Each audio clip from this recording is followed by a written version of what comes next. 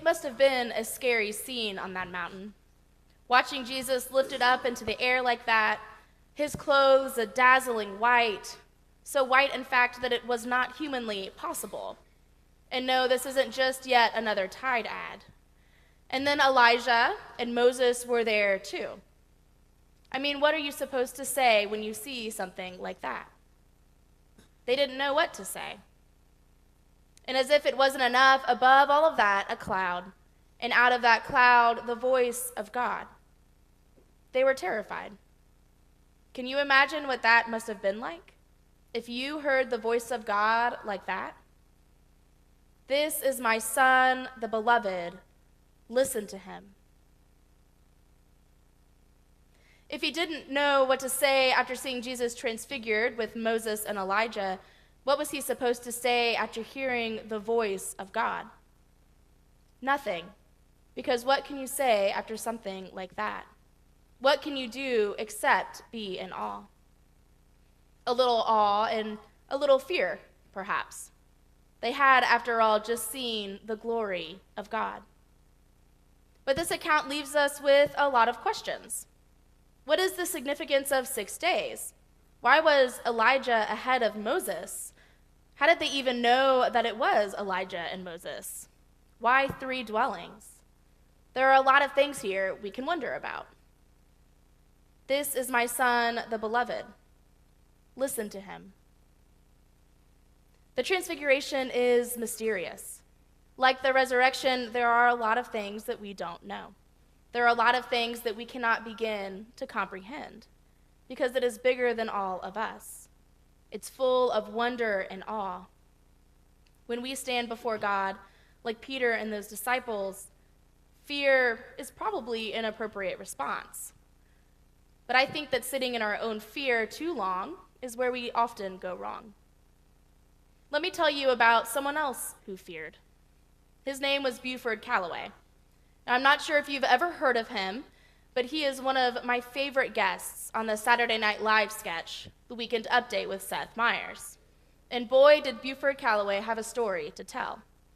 A survivor of the Atlanta snowstorm of 2014, that system that left Atlanta stranded and shut down for days, Buford recounts his experiences and how he managed to make it out alive at the other end.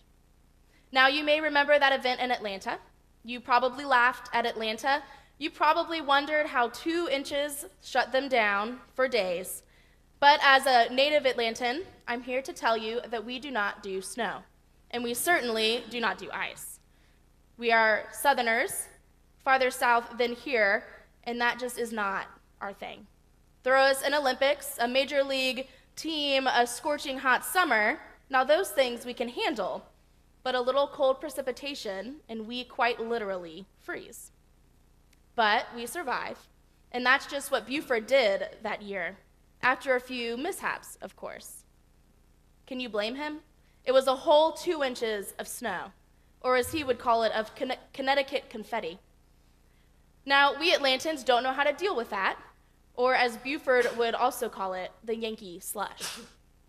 But Buford admits that he may have overreacted when he preemptively shot his neighbor, lest he raid his Costco stash, and then he made the mistake of, out of fear, of getting into his white Escalade and going to the safest place he could think of. Now, I know right now you're hanging on every word and you're wondering, where is the safest place he could go to? Well, it's obviously the interstate. So there he went, and he slid hither and thither, he tells us, higgledy-piggledy, before getting stuck with nothing but 4 liters of sweet Dixie champagne, which for those non-Atlantans, it's Coca-Cola. But before the sun came out, or then the sun came out eventually and rescued him and all of Atlanta. You see, throughout the whole ordeal, Buford was obviously ridiculous, but all because he was scared and he was thinking about himself. He was afraid his neighbor wouldn't respect him and his things. He was crazed about the unknowns of that storm, and he was quick to make rash decisions that don't make any sense in the end, all because there were unknowns. And while this is obviously blown out of proportion, it's SNL after all, it's interesting that it can hit on so many of our own insecurities. Though we should all take a moment to remember that Atlanta doesn't have the infrastructure to handle weather, and it happens so infrequently that it's not worth buying the infrastructure, Atlanta does have to take a little bit of ownership here, because this is, in some sense, how people actually acted. They fought over food and toilet paper. They made decisions that now seem silly. There was absolute gridlock on all of the highways because people panicked at the first fall of a snowflake. They were nervous, and that nervousness led to fear because there were just too many unknowns. And you all know that we don't like unknowns in our lives, which is a little bit ironic because a lot of Christianity is about these unknowns. It's about mystery and wonder and faith. It's about trusting in God that we know when the time comes for us to know things that we will. And that until then, we have the privilege of living with a sense of wonder, and we get to wait for little glimpses of the glory of the kingdom of God. There's a lot of mystery in the Transfiguration that we read today, and that's okay, because through that mystery, we get a glimpse of what is to come. This is my Son, the beloved. Listen to him. Do we listen? Igor Stravinsky said once that to listen is an effort, and to just hear is no merit. A duck hears also. Now, of course, he's talking about music here, but this applies to Jesus too. It is something to hear the sayings of Jesus, to admire them and him, but to take those commands and to live them out in our lives is a whole other ballgame. It takes dedication and love to give our lives up to Christ. And it takes work and faith to be willing to truly listen to what Jesus has to tell us. The Transfiguration is this beautiful and mysterious occurrence, and it gives us a glimpse of the glory of God, but it also creates questions, mystery, maybe some fear of the unknown. And if we get caught up in trying to figure out exactly what these mysteries mean, the mysteries that we probably are not yet meant to know, if we get caught up in our own fear, we miss the whole point. Follow me. Do not be afraid, only believe. Give them something to eat. It is what comes out of a person that defiles. Deny yourself and take up your cross and follow me. But many who are first will be last, and the last will be first. Whenever you stand praying, forgive if you have anything against anyone. These are all things that Jesus said throughout Mark, if we only listen. And that's not even all.